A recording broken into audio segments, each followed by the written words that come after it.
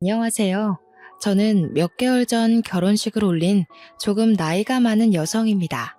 조금 나이가 많다고 하니 얼마나 먹었나 궁금하시죠? 약간 부끄럽지만 새 나이를 하고 있네요. 아, 몇 개월 전 올린 결혼식은 재혼이 아니라 초혼입니다. 그래서 좀 더 부끄럽기도 하고요. 어떻게 이 늦은 나이에 운명의 상대를 만나서 결혼하게 되었는지 궁금하시죠? 그 이야기를 풀어보려고 이렇게 사연을 쓰기 시작했습니다. 제 이야기가 재미가 있을지는 모르겠지만 그래도 재미나게 들어주셨으면 좋겠네요. 그럼 이야기를 시작해 보겠습니다. 저는 어떻게든 성공하겠다는 일념 하나로 악착같이 대학을 졸업하고 취업 준비를 했습니다. 27살의 나이에 대기업 공채에 합격해서 무려 15년이라는 세월을 회사 일에만 매진하면서 살았네요. 그 15년 동안 몇 번이고 때려치고 싶다는 욕구가 솟아오를 정도로 힘들고 치사했지만 능력만큼은 출중했기에 승진 또한 빨랐습니다. 동기들 중에 대부분은 결혼하고 그만두고 육아휴직 중에 그만두고 하는 일이 많았거든요. 저는 결혼도 안 했고 당연히 육아휴직도 쓰질 않았으니 그만큼 빠르게 승진이 가능했죠. 거기다가 운도 좀 따랐던 것 같은 게 하는 프로젝트들마다 성과가 꽤 좋았습니다. 자연스럽게 차기 팀장 자리는 제 몫이 될 거다 할 정도로 회사에서 인정받고 있었고요. 그러다 결국 팀장 자리까지 제가 차지하게 되었습니다. 다른 팀들은 전부 남자 팀장인데 저희 팀만 딱 불구의 여자 팀장으로 인정을 받았어요. 다른 동기들은 아직도 과장에 지방 전출에 전전긍긍하는 사람들도 많았고요. 능력을 인정받으니까 얼마나 회사 일이 재밌던지 팀장을 달고 난 이후부터는 눈뜰 사이도 없이 일에만 매달렸습니다. 휴가는 늘 항상 해외로 나가 즐기면서요.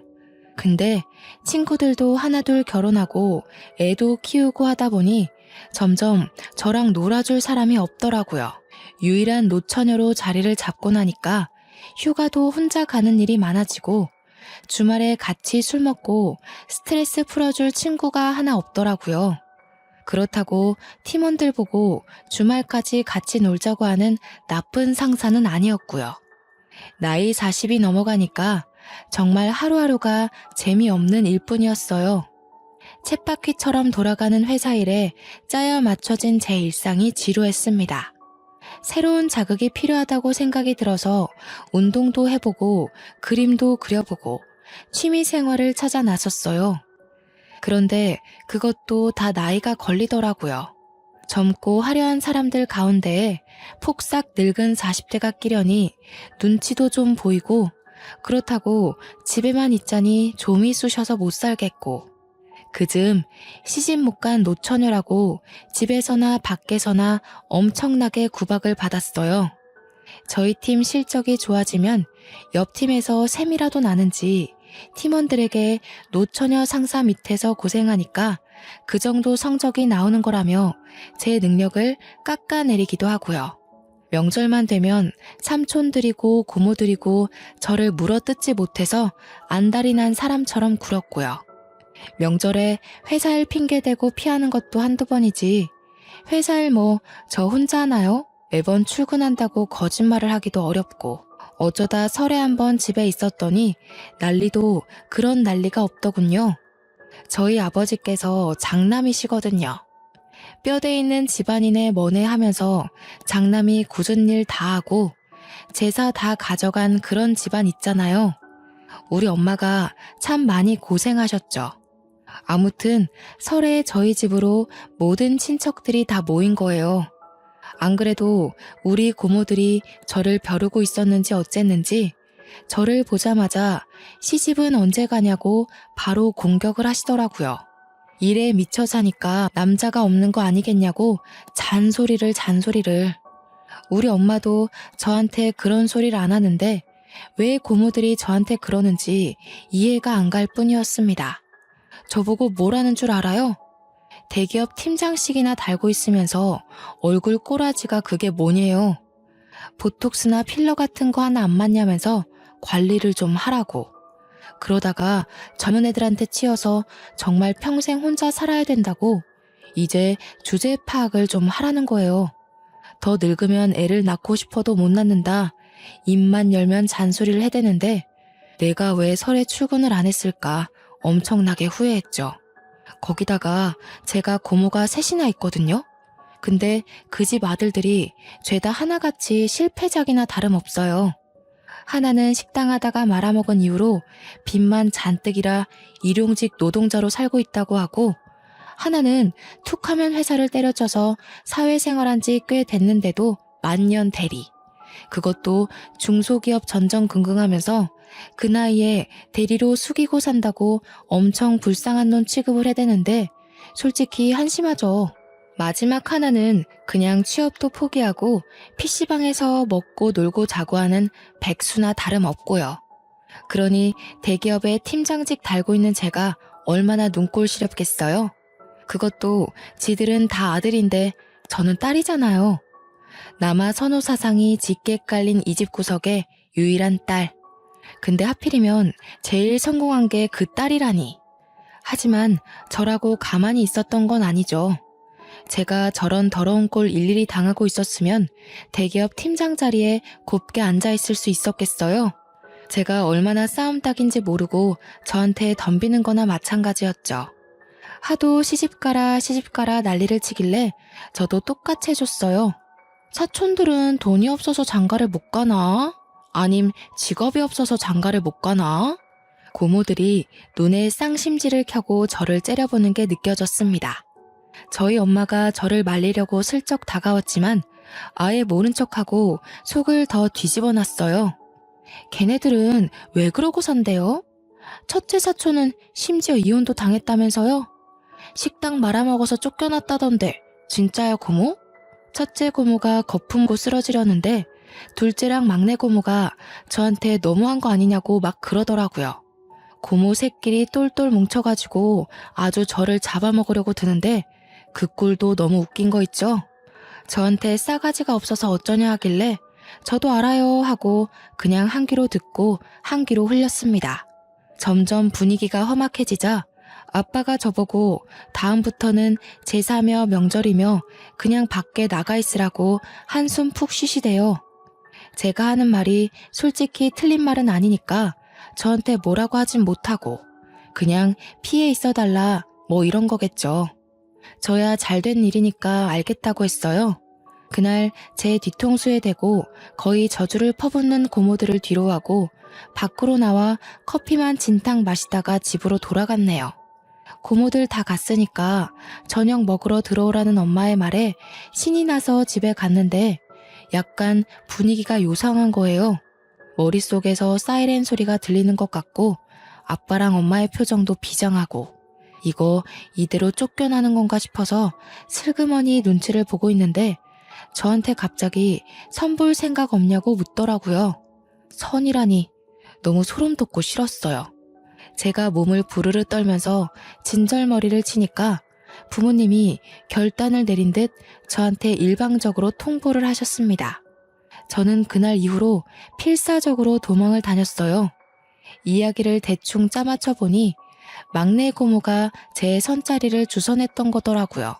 아니, 자기 아들이 PC방이나 돌아다니는 백수인데 저한테 선자리를 주선했음 얼마나 좋은 사람을 주선했겠어요? 제 인생 망하기만을 기도하는 사람 중 하나인데 절대로 응답할 수 없었죠. 하지만 엄마 아빠는 이미 막내 고모한테 넘어간 거나 다름없었어요. 저보다 2살 연상인 남잔데 자기 앞가림 잘하는 사람이라고 침 튀기게 설명했나 보더라고요. 당연히 제 의사와는 상관없이 선자리를 마련하기로 약속을 했다고.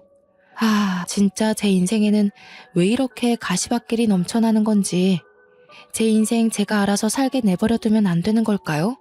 미루고 미뤘는데 어느 날 밥이나 함께 하자며 부모님이 저를 불렀고 어쩔 수 없이 한정식 집에서 부모님을 기다렸습니다. 하지만 그 자리에 나온 건 부모님이 아니라 웬 남자였어요. 저는 직감했죠. 이 남자가 막내 고모가 주선한다던 그 남자구나. 그 자리에서 박차고 일어날 수도 없고 어쩔 수 없이 밥이나 한 끼 든든히 먹으러 나온 거다 주문을 외우며 자리에 앉았습니다. 어차피 공짜밥일 텐데 평소에 못 먹는 거 실컷 먹자는 느낌으로 말이죠. 근데 이 남자 밥 먹는 매너가 참 좋더라고요. 직업도 의사라던데 그래서 그런지 손이 참 예쁘게 생긴 사람이었어요. 어디 의사인지 궁금해서 슬쩍 물어보니 성형외과 의사래요. 돈도 많이 벌 것 같고 원래 성형외과 의사들이 진짜 부자라면서요. 제가 농담으로 보톡스나 한번 공짜로 놔달라고 했어요. 우리 고모들이 그렇게 울부짖던 보톡스 필러 공짜로 맞을 수 있으면 한 번쯤 해보고 싶긴 했거든요. 근데 저한테 웃으면서 그럴 필요 없겠는데요?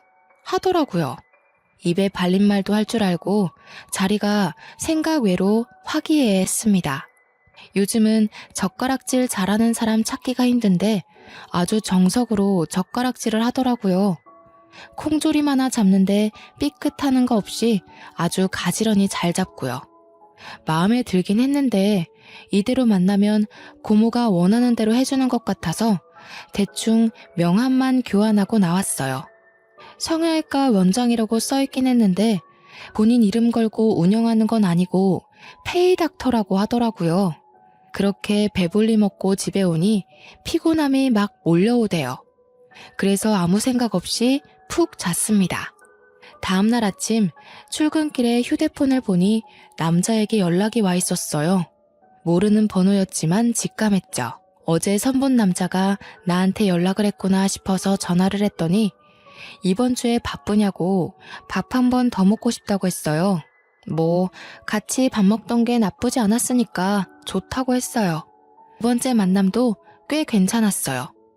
양식을 먹는데 스테이크 써는 소리도 요란스럽지 않고 대화도 아주 잘 이어가는데 이 남자는 왜 여태 결혼을 못한 거지? 하는 생각이 들었습니다. 뭐 저처럼 안 했다고 우길 수도 있지만 보통 성형외과 의사들은 빨리 결혼하지 않나? 하는 생각이 들었어요. 각설하고 그렇게 두어 번 더 만나고 밥이 아니라 영화를 보고 싶다고 해서 영화도 보고 주말에 근교 드라이브를 가자고 하길래 드라이브도 다녀오고 그러다 보니 자연스럽게 매주 데이트를 하게 되더라고요. 당연히 그 소식이 우리 고모 귀에 들어갔고 고모를 호들갑을 떨면서 우리 부모님한테 시집 보낼 수 있게 된 거 다 자기 덕이라고 으스댔대요. 틀린 말은 아니니까 그러려니 하고 넘어가긴 했는데 제가 별말 없으니까 진짜 결혼하는 거 맞냐고 갑자기 상견례를 하자는 거예요. 저는 아직 그럴 단계가 아니다 말했는데 남자 쪽 집안도 똑같은 생각이었는지 상견례 하자고 허구한 날 들들 볶는다더라고요. 부모님들의 뜻이 의기투합되었으니 당연히 머리채 잡혀 끌려가듯 상견례 자리가 마련되었습니다.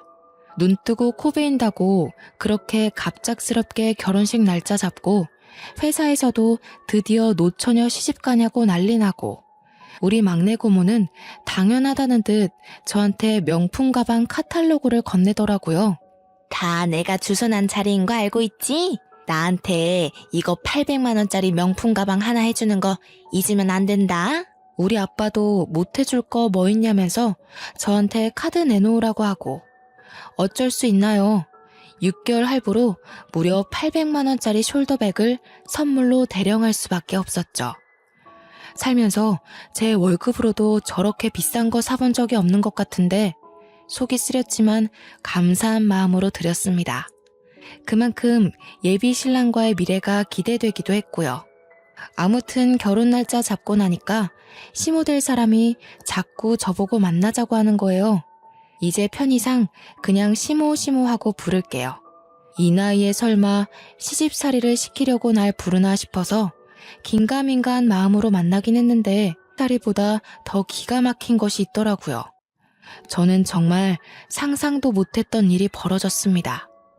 저한테 만나자마자 종이 한 장을 쓱 들이밀더라고요. 이게 뭔가 싶어서 줄줄 훑어보는 보니까 가관도 아닌 거예요, 글쎄. 결혼 서약서라고 적혀있는 종이에는 각종 질문들이 막 적혀 있었어요. 저한테 펜 하나를 건네면서 여기에 빽빽하게 채워 넣으라고 딱 팔짱 끼고 앉아서 명령을 하는데 기가 찼습니다. 결혼 서약서라고 적힌 종이에는 제 연애사를 적어라, 첫 경험 나이가 몇 살인지 적어라, 가진 재산이 얼마인지 샅샅이 적어라, 결혼 후 내조 계획을 적어라, 그리고 마지막에는 시부모를 어떻게 공경하며 결혼 생활을 이어갈지 적어라, 시부의 노후를 어찌 책임질 건지 적어라. 이딴 게 쓰여 있었어요. 저는 너무 기가 막히고 코가 막혀서 시모한테 이게 뭐냐고 물어봤죠. 제 눈으로 읽고 있었지만 정말 현실감이 하나도 없더라고요. 그랬더니 시모가 한다는 소리가 일종의 보험 같은 거래요.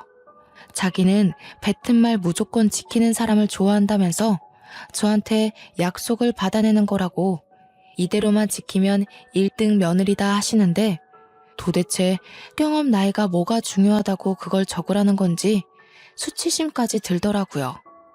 말도 안 되는 서약서다 싶어서 빤히 내려다보고만 있으니까 얼른 적지 뭐하냐고 닥달을 하더라고요. 이걸 정말 적어가면서까지 해야 되는 결혼인가 고민을 하고 있는데 저한테 한 장을 더 들이밀더라고요. 이것보다 더 기가 막힌 게 있으려나 싶어서 쓱 받았는데 진짜 대기업 갑질도 이렇게는 안 하겠다 싶었습니다. 나머지 한 장의 내용도 궁금하시죠? 그 한 장에는 빼곡하게 가짜는 소리들이 써져 있었어요. 첫째, 아침밥은 꼭 차려준다. 둘째, 우리 아들 셔츠는 출근 30분 전에 무조건 다려놓는다. 셋째, 우리 아들이 신을 양말을 색깔 맞춰서 트렌디하게 매일 아침 골라줘야 한다. 넷째, 의사니까 손 조심할 수 있도록 분리수거, 설거지, 청소 같은 일을 시키지 않는다. 다섯째, 남편 월급에서 생활비를 받아 쓰고 며느리 월급은 전부 남편에게 맡긴다. 여섯째, 시부모에게 몇백만 원의 용돈을 주기로 약속한다. 일곱째, 회사를 그만둘 시 시부모의 허락을 꼭 받아야만 한다.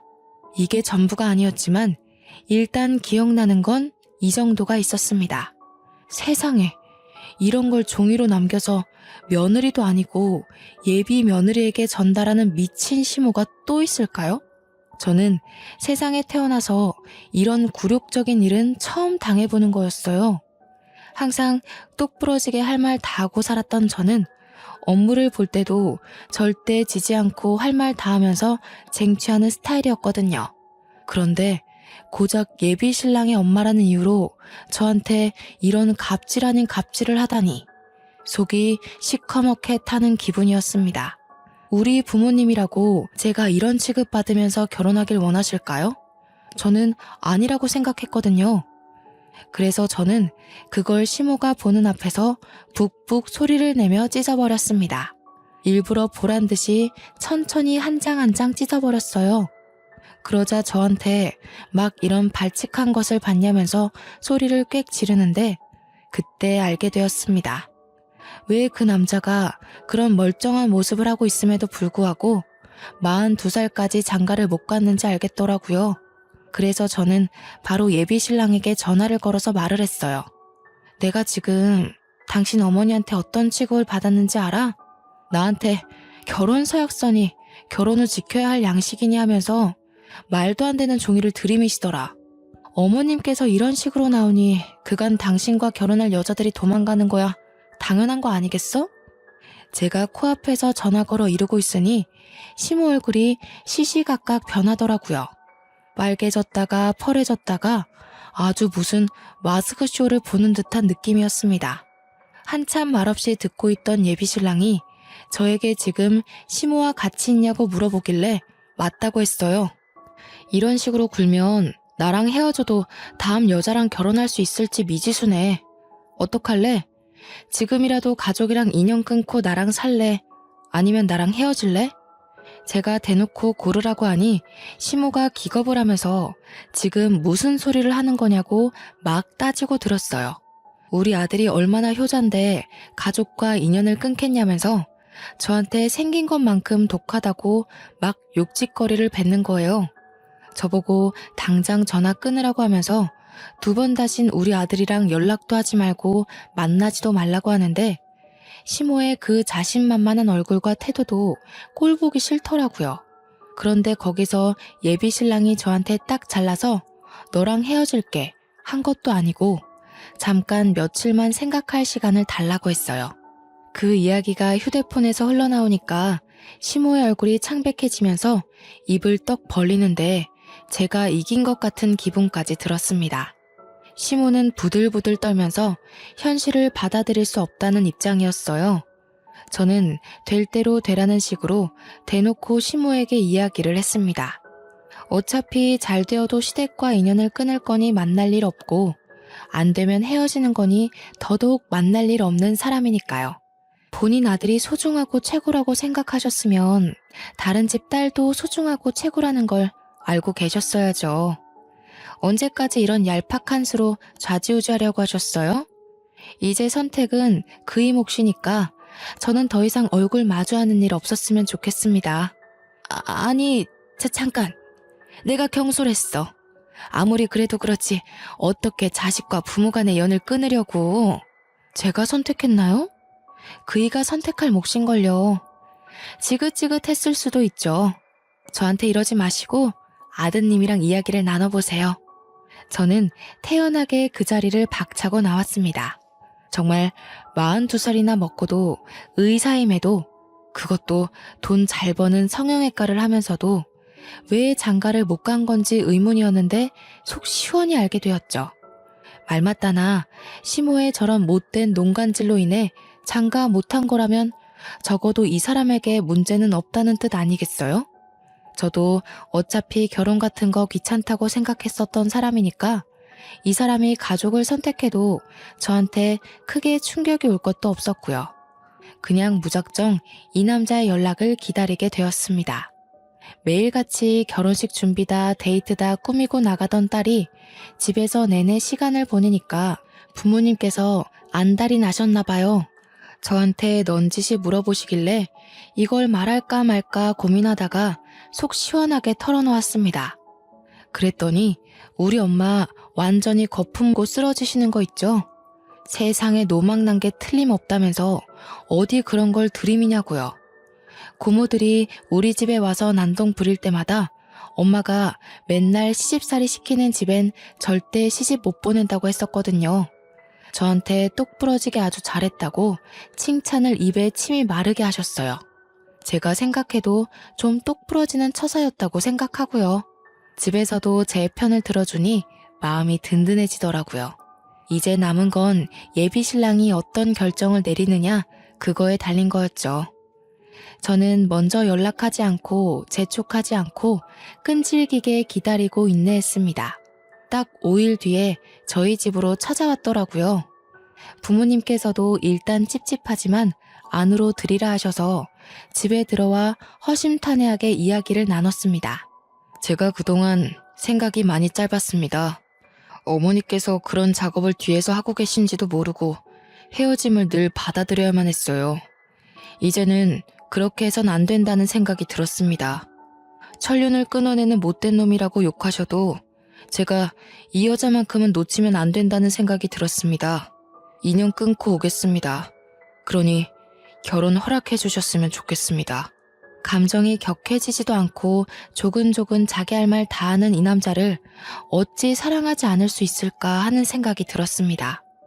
우리 부모님께서도 그 진심이 느껴지신 건지 예비 신랑에게 부모님의 몫까지 장인 장모가 채워주겠다고 약속을 하셨습니다.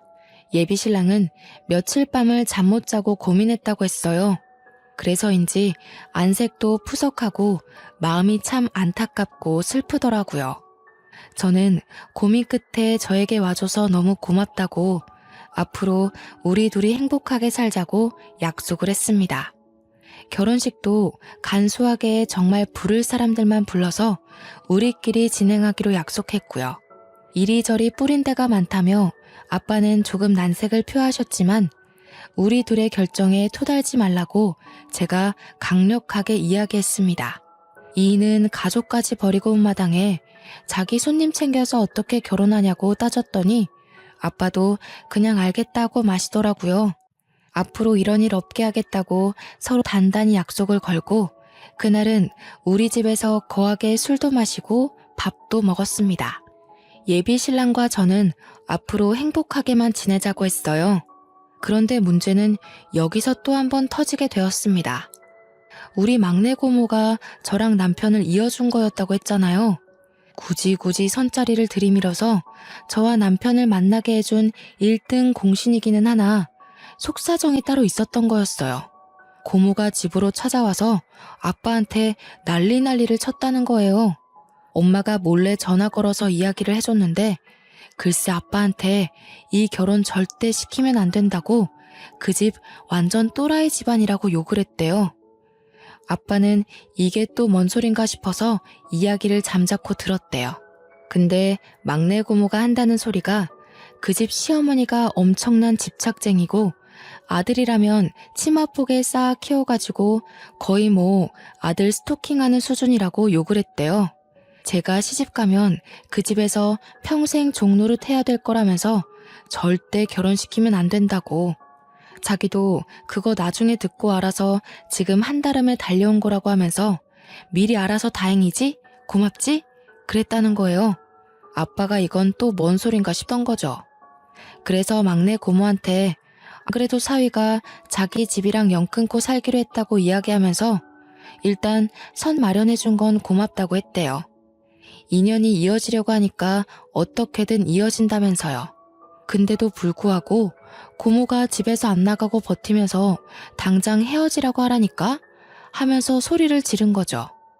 뭔가 이상하게 생각한 엄마가 첫째 고모랑 둘째 고모한테 막 전화해서 물어본 거예요. 아무것도 모르는 척 하면서요. 아니, 막내 고모가 갑자기 우리 사위네 집안을 폄하하면서 이야기하니까 찝찝해서 그러죠 뭐. 언제는 간이고 쓸개고 빼줄 것처럼 빨리 결혼하라더니 왜 저러는지 몰라? 아직도 몰라? 근데 이상하네.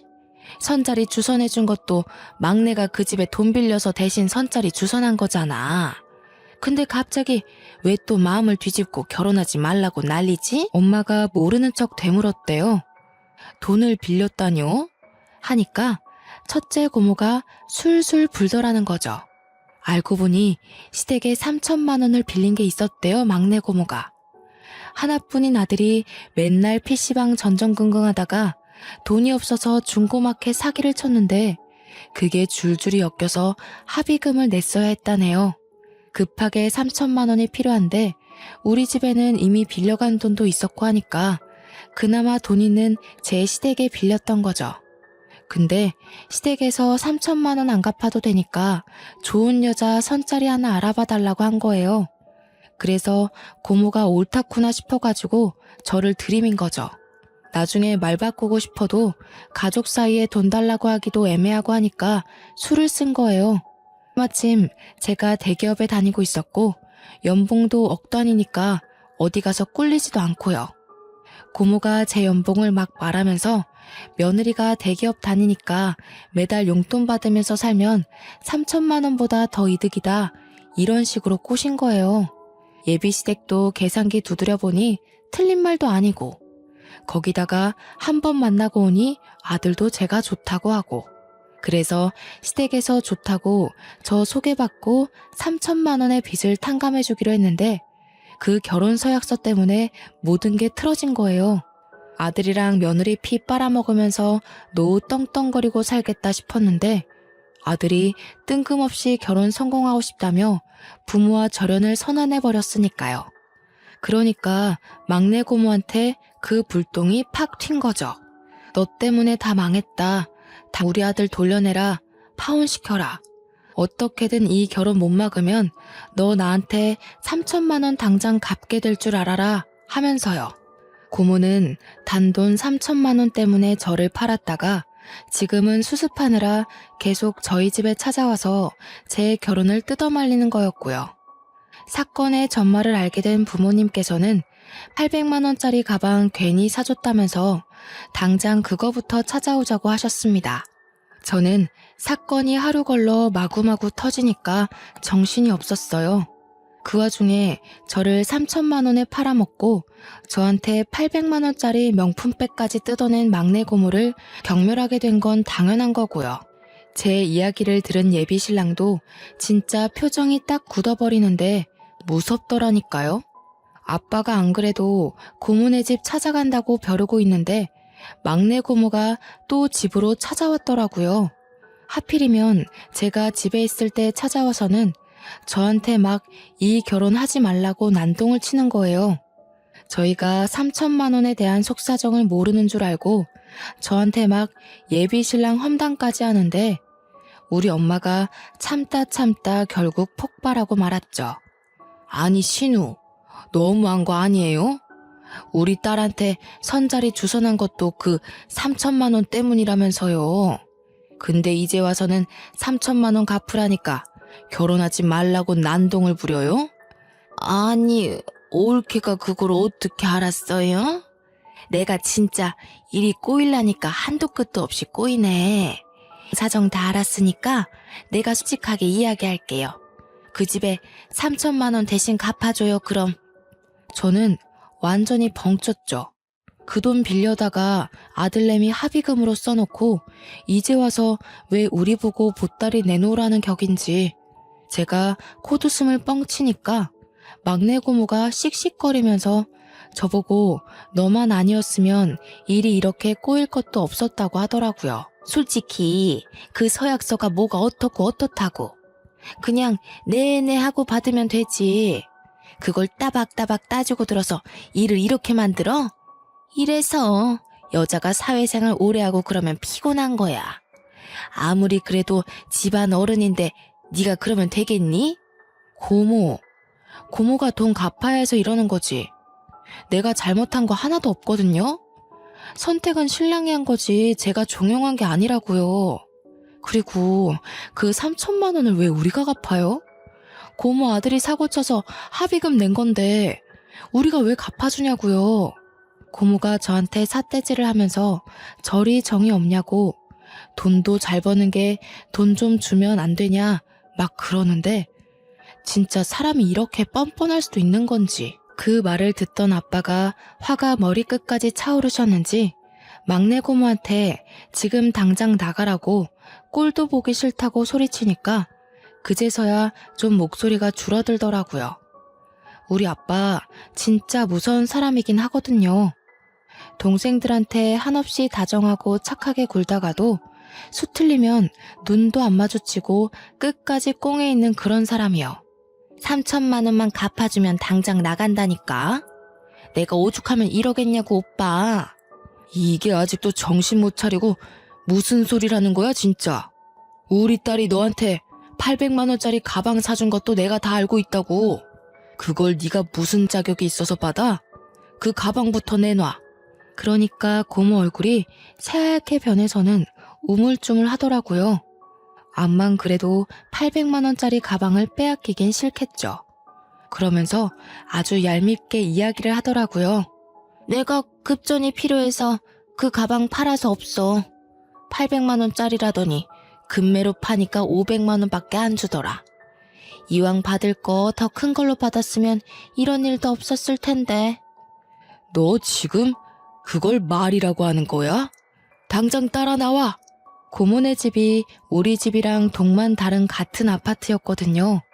아빠는 제 팔을 덥석 잡고는 앞에 있는 고모한테 앞장서라고 했어요.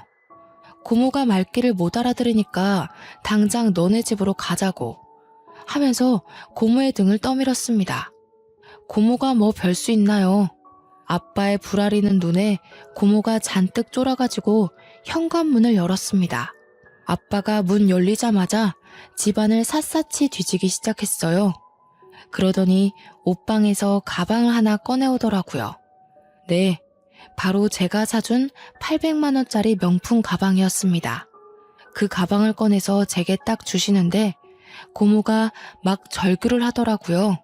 아니, 치사하게 줬다가 뺏는 게 어딨어? 그리고 따지고 보면 내 덕에 둘이 결혼하는 건 맞잖아. 그 가방 내 거야. 소란 피우지 말고 얌전히 있어. 이거 사주라고 내 딸한테 말한 게 쪽팔리다 쪽팔려. 그러면서 저한테 이거 환불하기 늦었냐면서 저보고 가지라고 던져주었어요. 제 돈으로 산 거니까 제가 갖는 게 맞죠 뭐. 팔았다고 거짓말한 것도 가방 빼앗기기 싫어서 마지막 발악을 한 것 같은데 결국엔 찾아내서 가지고 오니까 고모가 막 매달리더라고요. 저한테 이미 준 거 아니냐고 제발 달라고 막 애원을 하는데 이깟 가방이 뭐라고 이렇게까지 하나 싶었습니다. 제 바지가랑이 붙잡고 매달리는 고모의 손을 아빠가 탁 쳐내더니 그러길래 남의 일에 뭐 그리 참견을 해대냐며 잔소리를 퍼부었습니다. 저는 속으로 얼마나 고소했는지 몰라요. 고모들이 매 명절마다 찾아와서 잔소리할 때 아빠는 그냥 듣고만 있었는데 그게 마음에 다 쌓여 있었나 봐요. 우리 딸은 너희 아들이랑 달리 사고도 안 치고 똑부러지게 자기 할 일 다 하는 녀석이라고 하면서 이깟 가방 네 아들 보고 사달라 해라 하시는데 엄마도 뒤에서 엄지척 하시고 저도 아빠에게 새로운 모습을 본 것 같아서 속으로 박수를 막 쳤습니다. 아빠가 딱 쐐기를 박으셨어요. 너 그 3천만 원 갚을 때까지 내 눈앞에 띄기만 해봐 아주. 감히 우리 딸 가지고 장사한 것도 열이 받아 죽겠는데 나더러 네가 빌린 3천만 원까지 갚아달라는 소리를 해대? 고모가 아무 말도 못하고 우물쭈물 있자 아빠는 혀를 끌끌 찼습니다. 스스로 벌어서 그 돈 다 갚으면 그때 얼굴 보고 살 테니까 그전까진 얼굴 비추지도 말어. 명절이고 생일이고 은근슬쩍 낄 생각하지 말란 말이야. 넌 그 돈 갚을 때까지 내 동생도 아니다. 알겠냐? 고모는 막 울면서 오빠는 자기 마음은 하나도 몰라주고 어떻게 그럴 수 있냐고 막 오빠 미워 라며 소리를 질렀죠. 자다 깬 사촌 동생이 나와서 이게 다 무슨 일이냐 하며 배를 벅벅 긁고 있는데 진짜 백수 한량 새끼 답이 없더라고요. 지네 엄마 울고불고 하는데도 뒤에서 하품이나 쩍쩍 하고 있고 아빠는 그런 사촌 동생 보면서 정신 차리라고 한마디 하고 결국 막내 고모가 첫째, 둘째 고모한테 전화로 막 호소하기 시작했습니다. 그 이야기를 들은 고모들이 우리 엄마한테 쓴소리를 내뱉기 시작했죠. 이게 다 올케 딸내미 때문에 생긴 분란 아니냐고, 어떻게 가족끼리 싸움이 나게 부추길 수 있냐고 투덜투덜 거렸다는데 옆에 듣던 아빠가 전화기를 뺏어받고는 첫째 고모, 둘째 고모한테도 욕을 했대요. 그딴 소리 할 거면 너네도 전화하지 말고 찾아도 오지 말라고요. 명절에 와서 일손 하나 도운 적이 없는 것들이 입만 살아서 사람 피곤하게 한다고요. 결국 예비 시댁에서도 저한테 잘못했다고 그런 서약서 따위 챙기지 않아도 되는 거라고 미안하다고 하는데 저는 무시했죠. 예비 신랑이 이미 절연하기로 마음먹은 상태인데 제가 이제 와서 용서하면 그 결심이 하찮게 되잖아요. 그래서 우리는 원래 예정했던 대로 정말 친한 친구들의 초대해야 될 몇 명만 불러서 제주도에서 스몰 웨딩을 했습니다. 시부모님 당연히 초대 안 했고요. 우리 부모님만 모셔서 가운데 혼주석 마련해서 했어요. 당연히 막내 고모도 참석 못했고 첫째 고모랑 둘째 고모는 눈치를 살살 보면서 오더라고요. 제가 의사한테 시집 간다는 소리를 들었는지 넌지시 병원은 어디니? 하면서 묻는데 그냥 대충 대답해 드렸어요. 나중에 그렇게 애타게 찾던 보톡스 한번 공짜로 놔드린다고 하니 좋아하시더라고요. 결혼하고 한 3개월 지나니까 은근슬쩍 고모들 통해서 막내 고모가 우리 신혼집 궁금해하시고 어떻게 사냐고 물어본다고 하더라고요.